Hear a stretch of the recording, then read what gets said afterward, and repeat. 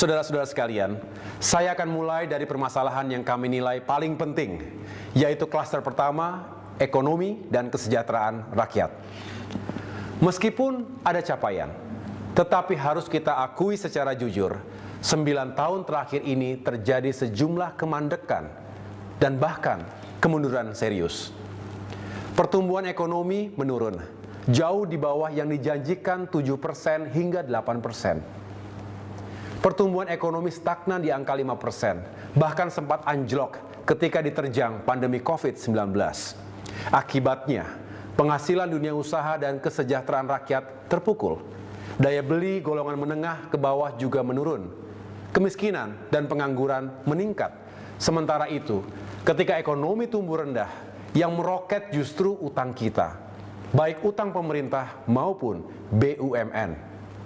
Ada yang berdalih, lambatnya pertumbuhan ekonomi karena pandemi COVID-19. Argumentasi seperti ini saya nilai hanya separuh benar. Faktanya sebelum pandemi datang, ekonomi kita juga sudah mengalami permasalahan. Sehingga mesti ada sebab dan faktor yang lain di luar pandemi.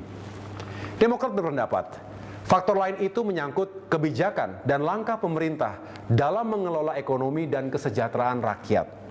Juga dalam menentukan prioritas pembangunan dan upaya mengatasi krisis. Sulit dimengerti ketika ekonomi menurun, kekuatan fiskal melemah, utang tinggi, pemerintah justru membangun infrastruktur secara besar-besaran. Apalagi sebagian proyek dan mega proyek itu tidak berdampak langsung pada kehidupan dan kesejahteraan rakyat yang tengah mengalami tekanan. Seharusnya masih bisa ditunda pelaksanaannya. Kami berpendapat, pemerintah tidak sensitif. Pemerintah juga kurang berpihak kepada 100 juta lebih rakyat kita yang sedang mengalami kesulitan hidup yang serius.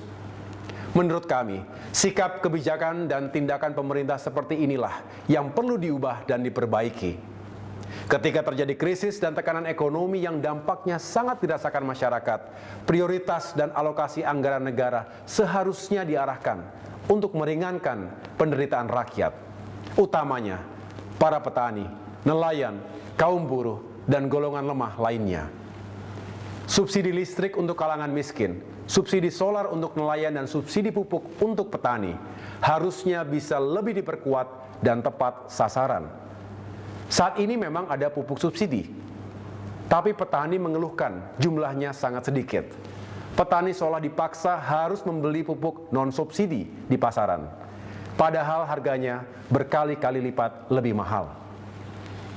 Kemudian harga jual hasil panen sering dipermainkan para tengkulak, juga dihancurkan oleh kebijakan impor di saat petani kita sedang panen raya. Banyak petani mengeluh, "Mas, kami sampun megap-megap." Di sisi lain, kesejahteraan abdi negara kurang diperhatikan.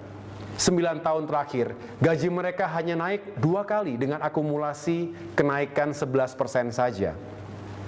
Mestinya gaji ASN, guru, tenaga kesehatan, TNI Polri, perangkat desa dan pensiunan dinaikkan setiap tahunnya. Karena jika dikaitkan inflasi, gaji mereka sebenarnya terus mengalami penurunan. Ini jelas tidak adil. Kebijakan ini mesti diubah dan diperbaiki. Kita juga harus memperhatikan nasib guru dan pegawai honorer.